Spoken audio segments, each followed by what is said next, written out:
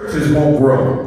Oh, Lord. Our churches won't grow because we got an idea of how people should look. We got an idea of how people should act, how they should talk, how they should walk, how they should look. But I want you to know all of us are not the same. And we have not come from the same backgrounds. We've not come from the same experiences. We have not came from the same places. So quite naturally, we're going to be different. And I thank God it's our differences that make us strong. And when you have a strong church, when you can learn to accept people's differences. Now, I'm not talking about accepting people's junk. I'm not talking about going against the foundation. But just because it don't look quite the way you want it to look, just because they don't do it quite the way you do it, that don't mean anything is wrong with it.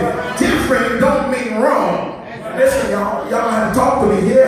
We done ate, we done shouted all day. Don't be heavy on me tonight. You come on with me, I think we can get through here. But it's our differences that make us as a people, that makes a church strong. I often talk about these committees, y'all forgive me, but I have a problem with committees because it's so hard to get stuff done in the committee. Oh, it's hard because everybody wants their way. They want their opinion. They feel like their way is right, and if something is different, I don't want to deal with it. We spend so much time trying to get over a disagreement in a committee rather than just trying to get together and get along. I've come to find out, even as the pastor, my idea is not always the best idea. Ain't nobody talking to me here. Even as the pastor, and it takes the people around me that think a little different than me, that have some different experiences, different wisdom than me, that make things turn out all right.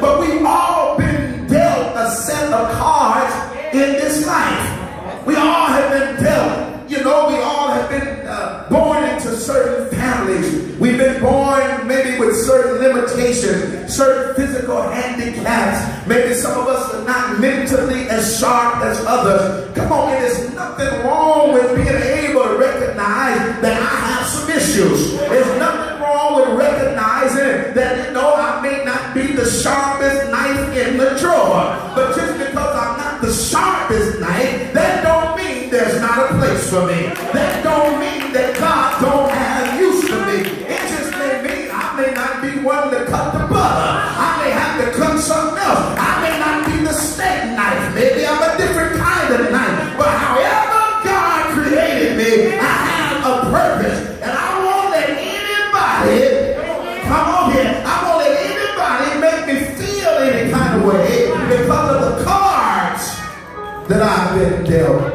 Sometimes we've been born into dysfunctional families. I know you ain't gonna say that because you don't want us to know, but we've been born into families that ain't right. Yeah, if I came to the family reunion, I would see it. That's why some of y'all won't invite me, because you don't want me to see Uncle Joe.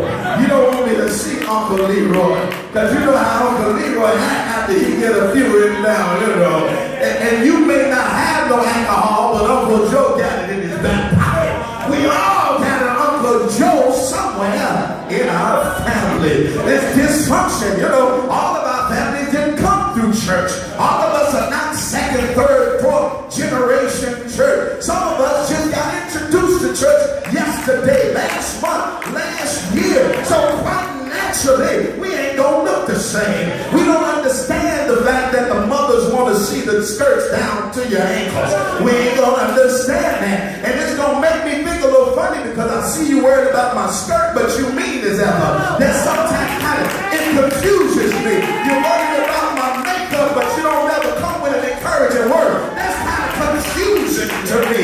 But maybe if you encourage me in the Lord, maybe you help me get closer to the Lord, develop my relationship with the Lord, if my skirt needs to come down.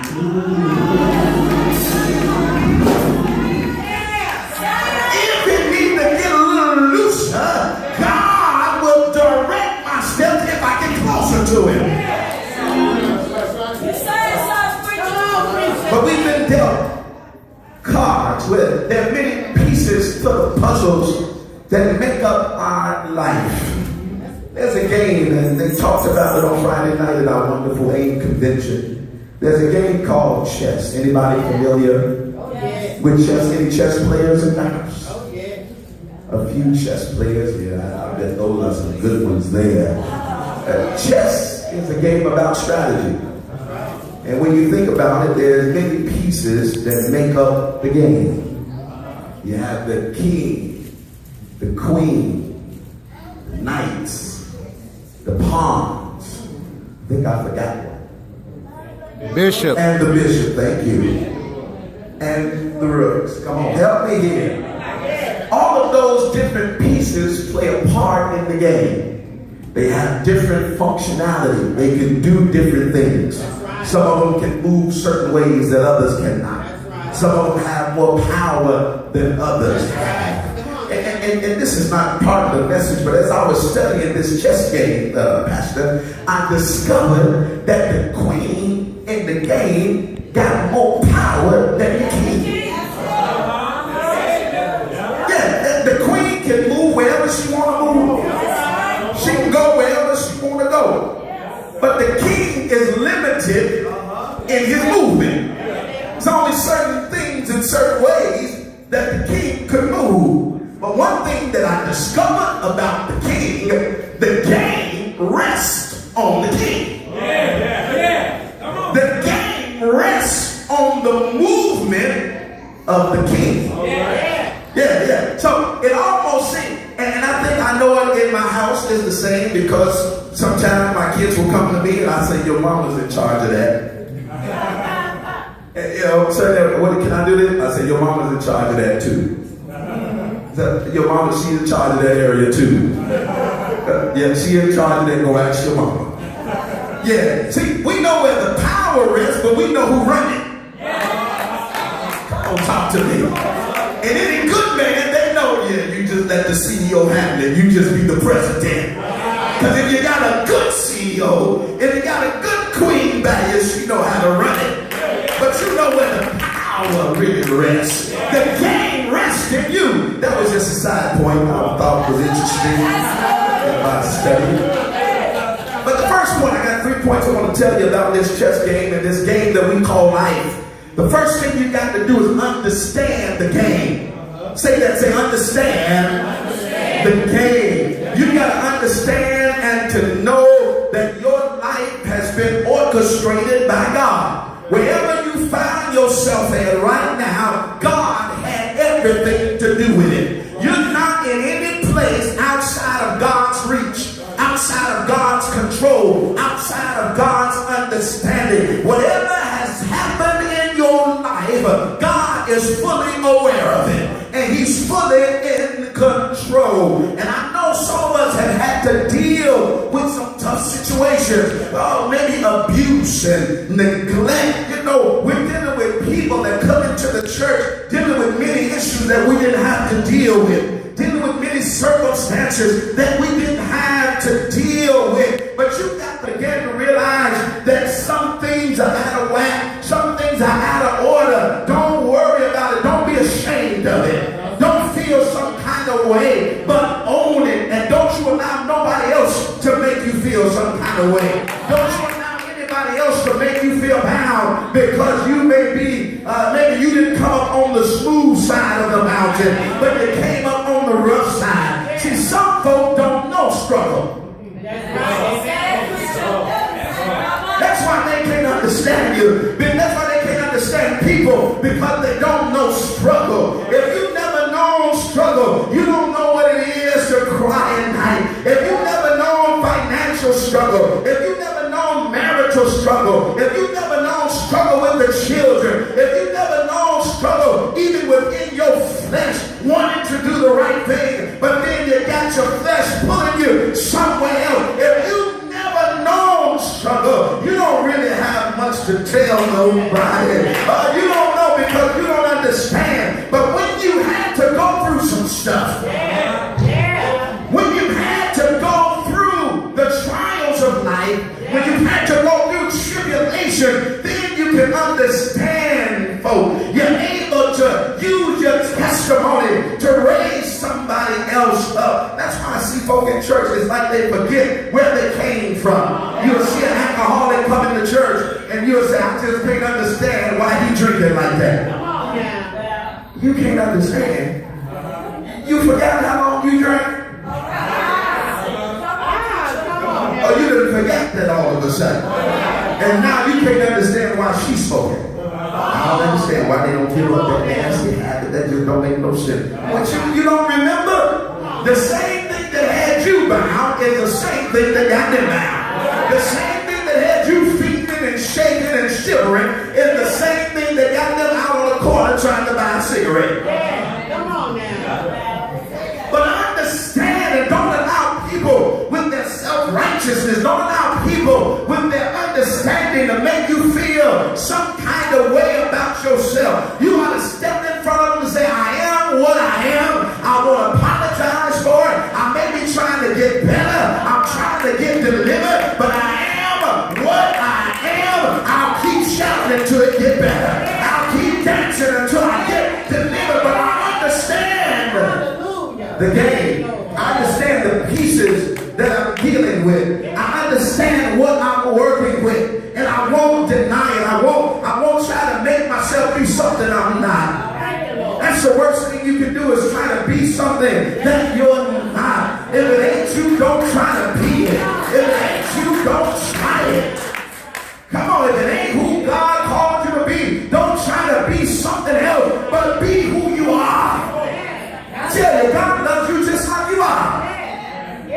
Come on, God understands you just like you are. Be who you are in God. What did I say? In God. Be who you are in God. And when you are who you are, God knows how to orchestrate you. God knows how to fix you up and make you what you should be. But just be yourself. We're so busy trying to fool people and put on in front of people. I ain't got time to try to put on in front of you. I ain't got time to try to be some kind of way in front of you. I was talking with my deacon, and I was explaining to him how sometimes it's a little difficult to deal with some of your higher-ups because they got a certain way of thinking, and you trying to deal with them. He said, well, sometimes you just got to make them think, things were their idea. You just got to kind of make them think that it was their idea and maybe they'll receive it. I said, man, I ain't got time for that. I don't have the time for that. I don't have the energy. We ought to be able to talk and reason with one another. Come on, I don't need my folks trying to tiptoe around me. How we going to tell them? I don't know how to talk to them. I don't know what they going to say. No, they should be able to come right up to you and say, Pastor, this is how I'm feeling. This is what I'm thinking. What do you think about it? We got to tiptoe around each other and make it sweet, make it nice and all of that. I got to be worried about your feelings, because if I don't say it right, then you may not come back to church. And then if I don't do it the way that you may not sing this week. You were singing last week, but because I didn't do it like you thought, this week you sit down in the audience and you know you should be singing. Or I didn't do it that way, you know you should be at the deacon's meeting, and now you somewhere protesting. I should have been done by now, but I got stuff that you got to understand the game, and then you just got to deal with it. You got to face it head on. Don't sweep nothing under the rug. Don't sweep it under the rug. Deal with it. If you're having some issues in your marriage, deal with it. If you're having some issues with your children, deal with it. If they're rascals, you ain't got to call it to their face, because I know we're supposed to speak those things that are not as though they are. So if they need help, but don't try to say they're perfect and you know they're not. Want to paint them to be this perfect little picture. Not my little baby, not my little baby. She would never do that. He would never. Listen, you don't know. I know little Johnny is sweet in your face, but you don't. You got to understand the game. You got to understand. Somebody say, understand the game. The next thing, if you're going to be successful, you got to study your move. Say, study your move. Often chess games take hours, sometimes even days, because they're not so fast to make the move. They're studying every move because they understand every move that I make have implications implications on the destiny of the game. Every move that I make has implications on my future. Every move that I make is a determining factor of how this game is going to play out. And you got to know in your life, every move that you make has indications for your future. Every move you make has some consequences. Every move that you make is positioning you for something. And you got to be careful to make sure you're making the right move. You got to be sure that you're making the right decision. Don't be too hasty in your decisions. Don't be too hasty in your moves. Yes, somebody will testify right now. Some woman will say, yes, I shouldn't have been so hasty, but he was looking so good. I said yes because he was looking so. I know I only known him 3 months. I only known him 3 months, but he was walking tall. You know, he was driving something nice and he was smelling good. And I had been praying for the Lord to send me somebody. And then he walked by. You got to be careful. And somebody right now said, I should have left him where I saw him. I should have left him smelling right where he was. Everything that looked good ain't good for you. Come on. Everything that shining, my mama told me it ain't gold. So you got to be careful. You got to give that thing some time. Because after a while, you'll find out who's really on the inside. We can only perpetrate for so long. That representative only show up for so long. The representative. Y'all know that's who come on the first 3-4 dates, right? Did y'all know that? Yeah, the first 5-6 dates, it ain't them, it's the representative. The one that do everything you like. The one that like everything you like. The one that laugh at all your jokes. The one that's so kind and gentle. The one that open the car door every time. That's the representative. You got to wait till the representative get off duty. And it take a little time for the rep to get off duty and the real guy to show up. The real girl to show up. Yeah, after 7 months ain't nothing funny no more. She was giggling all the time at you. Why you so silly? Now ain't nothing funny.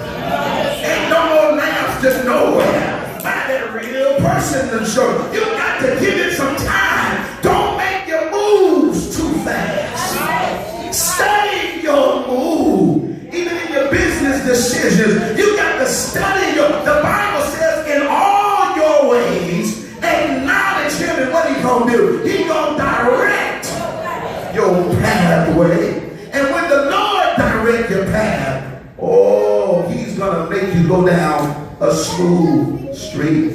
But you got to study your move. You got to study. You got to take your time. You got to consult the Lord. You got to listen to those that God has placed in your life. God has placed some wisdom in your life. You got to listen to that wisdom that's in your path. But you got to study that move. You got to study it. Yeah, and if you make the wrong move, we try to tell our young folk, yeah, you might can get over it. You mess around and have that baby too early. That don't mean life is over. That don't mean you destroyed. Don't let nobody put you down. Don't let nobody put you out. But it does make life more difficult. That's right. Talk to me here. It makes life more difficult. And we are trying to get our young folk not to go around the rough side if you don't have to. Some of us been there, done that.